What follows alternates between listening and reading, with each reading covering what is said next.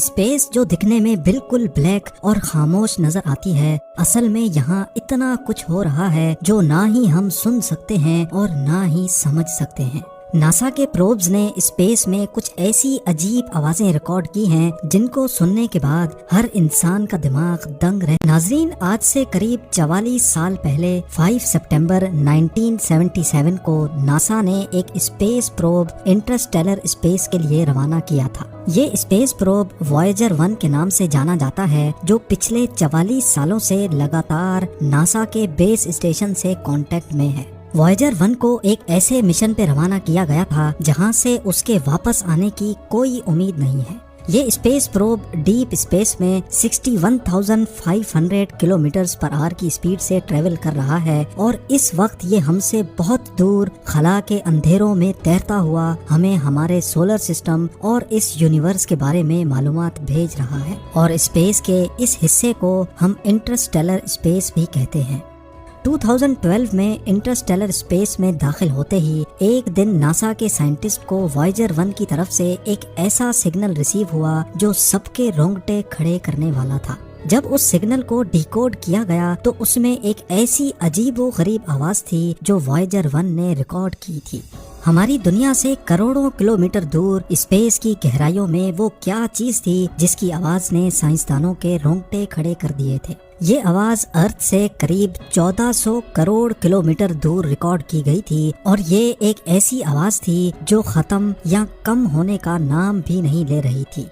साइंसदानों ने कई दिनों तक इंतजार किया, लेकिन ये आवाज खत्म तो दूर की बात पर ये कम भी नहीं हो रही थी। देखते ही देखते एक साल गुजरा, फिर दूसरा साल और फिर पूरे 3 सालों के बाद इस अजीबोगरीब आवाज की इंटेंसिटी में कुछ कमी देखी गई।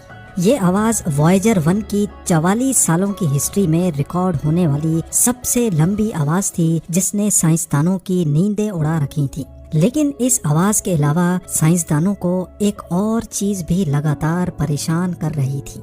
जी हाँ, जिस पॉइंट पे वॉयेजर 1 ने पहली बार इस आवाज को रिकॉर्ड किया था, पूरे 3 सालों के बाद वो उस पॉइंट से 160 करोड़ किलोमीटर दूर जा चुका था, लेकिन फिर भी ये आवाज वैसी की वैसी ही थी। 160 करोड़ किलोमीटर मतलब ये डिस्टेंस इतना ही हुआ जितना जमीन से चांद तक के पूरे 4000 चक्कर लगाए जाएं। खला में इतने ज्यादा डिस्टेंस तक फैलने वाली आवाज आखिर आ कहां से रही थी? इसी बात ने बड़े बड़े रिसर्चर्स और साइंटिस्ट को चकरा कर रख दिया था। एक बात तो कंफर्म थी कि हमारे सोलर सिस्टम के बाहर कोई न कोई ऐसी ताकत जरूर छुपी है जो इस आवाज की वजह बन रही है। लेकिन स्पेस में तो कोई आवाज ही नहीं होती, तो आखिर इसको रिकॉर्ड कैसे किया गया? ये बात हकीकत है कि स्पेस में जाते साथ ही कानों पर किसी किस्म की भी कोई आवाज नहीं पड़ती। हत्ता कि अगर स्पेस वॉक के दौरान एस्ट्रोनॉट्स के बिल्कुल बराबर में कोई धमाका ही क्यों ना हो जाए, वो धमाका दिखेगा तो सही, लेकिन उसकी आवाज कानों तक नहीं पहुंच सकेगी। आवाज जिसको हमारे कानों तक पहुंचने के लिए हवा और एटमॉस्फेयर की जरूरत होती है, ये दोनों चीजें ही स्पेस में मौजूद नहीं है। इसी वजह से स्पेस में किसी किस्म की भी आवाज ट्रेवल नहीं कर सकती।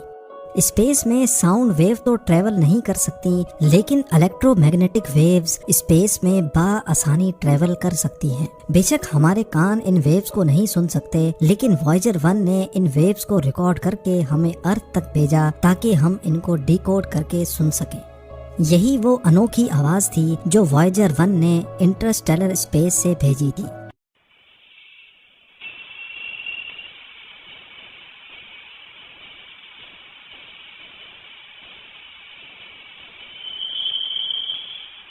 कुछ साइंसदानों का कहना है कि ये आवाज स्पेस में मौजूद प्लाज्मा वेव्स के ट्रेवल करने से आई होगी, जबकि कुछ रिसर्चर्स का कहना है कि डीप स्पेस में जरूर कुछ ऐसी ताकतें मौजूद हैं जिनकी एनर्जी की वजह से ये आवाज पैदा होती है। वो कौन सी ताकतें हैं, उनकी एनर्जी आवाज क्यों रिलीज करती हैं, ये सोचने, समझने और जानने की काबिलियत हम इंसानों के पास अभी तक मौजूद नहीं है। वॉयेजर 1 अपने एंटीनास से ये वेव्स कैप्चर करके उनको रेडियो सिग्नल में कन्वर्ट करता है और फिर अर्थ की तरफ ट्रांसमिट कर देता है। बेशक ये मैसेज लाइट की स्पीड से ट्रेवल करता है, फिर भी इसको अर्थ पर मौजूद नासा के एंटीनास तक पहुंचने में पूरे 21 घंटे लग जाते हैं। ये पहली बार नहीं था जब वॉयेजर 1 ने हमें कोई अनोखी आवाज भेजी थी। इससे पहले भी नासा स्पेस से कई अनोखी आवाजें रिकॉर्ड करने में कामयाब हो चुका है। 2007 में भी एक ऐसा वाकया हुआ था जिसने साइंसदानों को हैरत में डाल दिया था। रिसर्चर्स को स्पेस में कुछ ऐसे सिग्नल मिले जो किसी भी तरह से नॉर्मल नहीं थे। खामोशी के आलम में कुछ ऐसी आवाजें आने लगीं जो आधे सेकंड में ही गायब हो जाती थीं। ये आवाजें सुनकर ऐसा लग रहा था कि शायद कोई एलियन वॉरशिप लेजर बीम से वॉयेजर पर हमला करने की कोशिश कर रहा है। रिकॉर्ड होने वाली ये आवाजें, जिनको फास्ट रेडियो बर्स्ट कहा जाता है, कुछ ऐसी थी।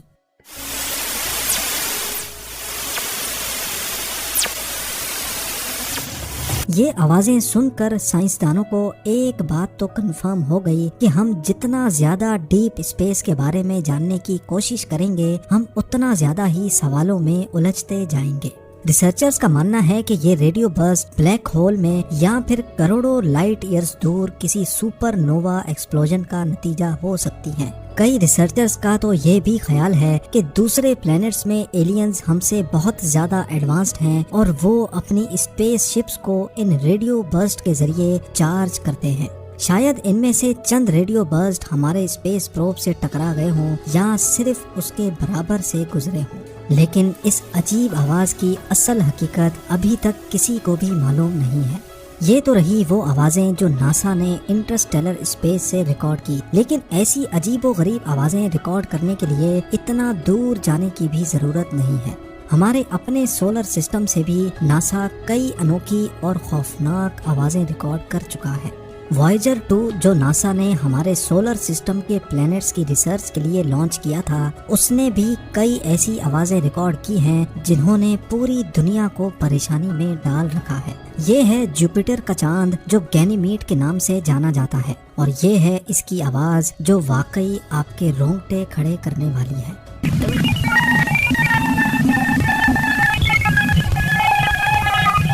साइंसदानों का मानना है कि ये आवाज ऐसी इलेक्ट्रोमैग्नेटिक वेव्स की है जिनसे पोलर लाइट्स बनती हैं। जिस तरह अर्थ के कई हिस्सों में आसमान पर पोलर लाइट्स नजर आती हैं, इसी तरह सैटर्न, जुपिटर और गैनीमीड में भी पोलर लाइट्स बनती हैं। और ये पॉसिबल है कि जो आवाज अभी आपने सुनी वो जुपिटर के मून गैनीमीड में पैदा होने वाली पोलर लाइट्स की कन्वर्टेड आवाज हो। अभी तक जो भी अजीब आवाजें आप सुन चुके हैं वो किसी और ने नहीं बल्कि नासा ने ऑफिशियली पब्लिश की हैं और उनमें कोई एडिटिंग नहीं की गई। सैटर्न जो हमारे सोलर सिस्टम का ही एक प्लेनेट है, नासा ने यहाँ से भी कुछ अजीब आवाजें रिकॉर्ड की हैं।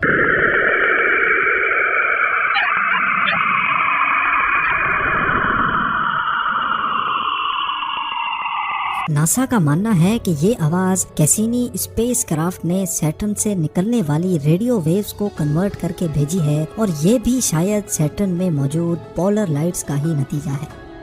वॉयेजर 1 जो पिछले 44 सालों से लगातार हमें आउटर स्पेस की फोटोज और इंफॉर्मेशन फराहम कर रहा है, दुख की बात यह है कि अनकरीब हम उसको हमेशा हमेशा के लिए खोने वाले हैं। नासा का कहना है कि वॉयेजर 1 के पास सिर्फ इतनी पावर मौजूद है कि वो अगले 1 या 2 सालों तक हमसे कांटेक्ट में रह सकता है। उसके बाद हमारे पास सिर्फ उसकी ये फोटोज ही बाकी रह जाएंगी।